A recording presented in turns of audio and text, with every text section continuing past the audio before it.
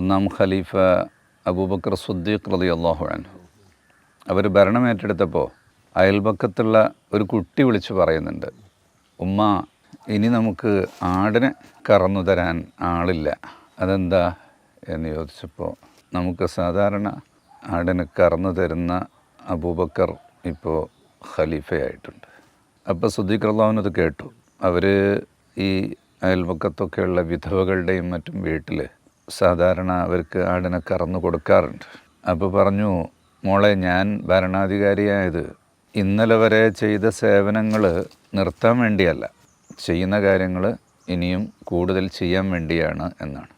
Modern management expert bill George അദ്ദേഹത്തിൻ്റെ true north എന്ന് പറഞ്ഞ പുസ്തകത്തിൽ പറയുന്നുണ്ട്, ഒതൻറ്റിക് ലീഡർഷിപ്പ്. ഒരാൾ ഒരു ലീഡർഷിപ്പ് ഏറ്റെടുത്ത് കഴിഞ്ഞാൽ നേരത്തെ ചെയ്തുകൊണ്ടിരുന്ന കാര്യങ്ങളെല്ലാം മാറ്റി ഒരു പുതിയ അവസ്ഥയിലേക്ക് മാറുക എന്ന് പറയുന്ന ഒരു രീതി ഉണ്ടാകരുത്. നേരത്തെ ഫാമിലിയിലും നാട്ടിലും ഓഫീസിലും ഒക്കെ ചെയ്തുകൊണ്ടിരുന്ന ഇടപെടലുകളും കാര്യങ്ങളും അതിലൊരു മാറ്റവും ഇല്ലാതെ അതങ്ങനെ തന്നെ തുടരുകയും മറ്റു കാര്യങ്ങളിലേക്ക് പോവുകയും ചെയ്യുക